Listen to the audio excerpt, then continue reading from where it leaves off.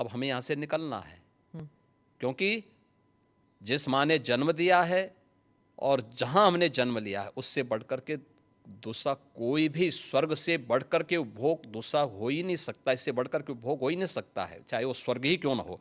और इसलिए हम यहाँ नहीं करेंगे। ये उदाहरण मैं इसलिए दे रहा हूँ जिसलिए जो सनातन धर्म पर प्रहार करते हैं उनकी आंखें खुलें, वो देखें। उदाहरण हमारे सामने पर्याप्त हैं और ऐसे अनेक उदाहरण आपको समय समय पर मिलेंगे। मुख्यमंत्री जी, आपने रोग हटाने की बात की, लेकिन कभी कभी ऐसा लगता है आप रोग ही हटाने की बात कर रहे हैं, क्योंकि जो बुलडोज़र चला है, आज नागपुर में चला है, यहाँ पर भी कोर्ट भी कहता है कि ये बुलडोज़र जस्टिस बंद होना चाहिए, लेकिन कोई बंद नहीं कर रहा। आज भी नागपुर में चला है, तो ये जब बुलडोज़र जस्टिस जब मना किया है फिर भी चल रहा है। देखो, जो न्याय मानते होंगे उनके लिए न्याय होता है। जो स्वयं न्याय को, कानून को अपने हाथों में लेते हैं, तो बहुत बार कानून के दायरे में रह करके उनको सबक भी सिखाया जाता है।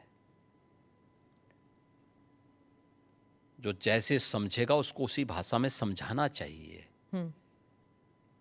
आप मुझे बताइए, कोई हिंसक बनकर के प्रहार करने के लिए आ जाए हमारे सामने और हम उसके सामने गिड़गिड़ाएं? ये नहीं। अगर वो हिंसक बन के आया तो उसको पहले उसकी हिंसा का प्रतिकार तो वहाँ पे करना पड़ेगा ना। आप कानून के दायरे की बात कर रहे हैं, फिर आपने कहा कि संभल पे आ रही हूँ मैं, आपने कहा कि संभल में 65 कुछ तीर्थ स्थल हैं। 64 तीर्थ है। 64 और 18 की पहचान हो गई है। योगी जी, अब ये बढ़ के 54 तक पहुँच गई है। आप कितनी जगह खोदेंगे, कितने अरे जो मस्जिद जितने भी होंगे सब ढूंढेंगे, जितने भी होंगे सब ढूंढेंगे, सब निकालेंगे और दुनिया को बोलेंगे कि भगवान ने जिसको आंखें दी हैं वो आके देखो तो क्या हुआ था संभल में। देखिए, संभल एक सच्चाई है।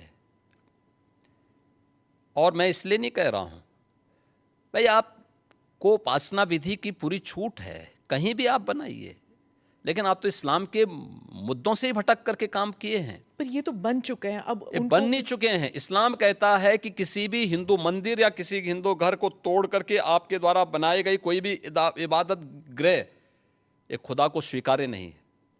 क्यों आपने बनाई? आप तो इस्लाम के विरुद्ध आचरण कर रहे हैं। पर आप तो कानून के दायरे में हम रहकर काम कानून कर। के दायरे में रह के सब काम कर रहे हैं। अगर कानून के दायरे में रह रहे हैं तो फिर आप मथुरा की बात क्यों उठा रहे हैं? मथुरा क्योंकि की वो बात तो, क्यों नहीं उठानी? मथुरा श्री कृष्ण की जन्मभूमि नहीं है क्या? पर वो तो अब कोर्ट में है ना। कोई कोर्ट का ही आदेश पालन कर रहे हैं ना, तो अब तक तो वहाँ बहुत कुछ हो गया होता। तो अयोध्या, काशी, अब फिर मथुरा भी, और कितने देखिए, और?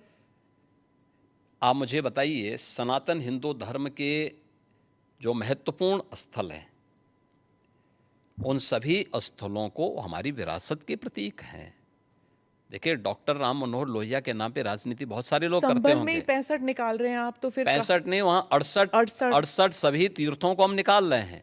54 से अधिक निकल चुके हैं और बाकी सभी को ढूंढ रहे हैं। शास्त्रीय प्रमाण उसके मौजूद हैं, उनको दिखा रहे हैं कहाँ कहाँ हैं। जिसने भी कब्जे किए होंगे उनको एक एक करके सबको निकालेंगे। कितने मस्जिद फिर निकलेंगे? मस्जिद, देखिए, सवाल मस्जिद का नहीं है। जितने अतिक्रमण होंगे वो अतिक्रमण हटेंगे।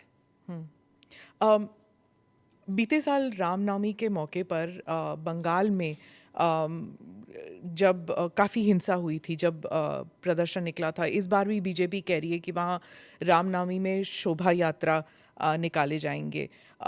उत्तर प्रदेश में ईद और रामनवमी, उसको लेकर क्या आपने कोई सख्त निर्देश दिए हैं कि हिंसा नहीं होनी चाहिए? देखिए, हम लोग समय समय पे प्रशासन के साथ बैठते हैं और पहले से ही इसके लिए एक एसओपी हम लोगों ने तैयार करके रखी हुई है। और उत्तर प्रदेश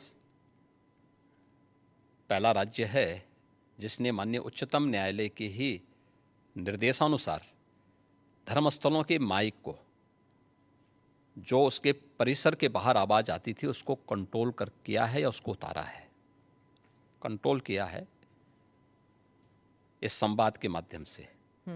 आप मुझे बताइए कि उत्तर प्रदेश जैसे राज्य में अगर हम कर सकते हैं तो बंगाल में क्यों नहीं हो सकता? यहाँ पर होली पर भी मस्जिद के ऊपर नहीं, टापलिन चला गया था। नहीं, देखिए, अब रंग खेल रहे हैं तो हो सकता गया, तो उससे कोई अस्तित्व खराब तो नहीं हुआ किसी का? आप मुझे बताइए। पहले तो कभी नहीं हुआ था नहीं, तो। ऐसा नहीं है।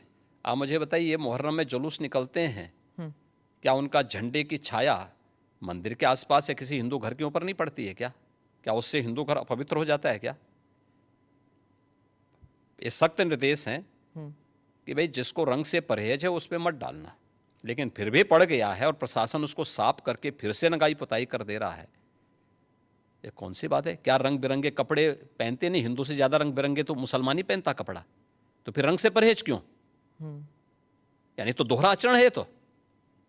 क्या रंग बिरंगी कपड़े पहने लेकिन अगर रंग पड़ जाए तो हाय तौबा मचाते हैं? ये नहीं हो सकता है। ये दोहरा आचरण क्यों मचाते हो जी?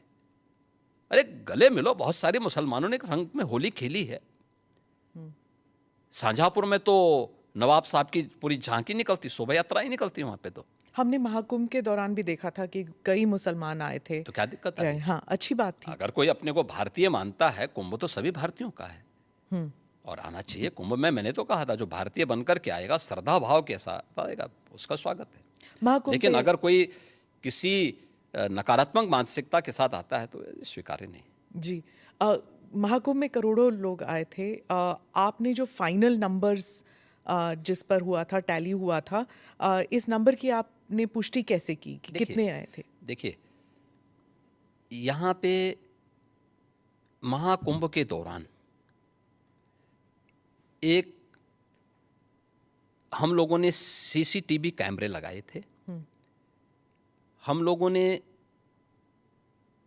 एआई टूल के माध्यम से हेड काउंटिंग की व्यवस्था की थी और ये भी उसमें हम लोगों ने व्यवस्था की थी कि एक व्यक्ति का चेहरा दूसरी बार काउंट न हो। 24 आवर्स में कोई व्यक्ति हो सकता है 2 बार 3 बार, क्योंकि बहुत सारे लोग जो आए थे, बहुत सारे लोग ऐसे 2-2 3-3 बार 24 घंटे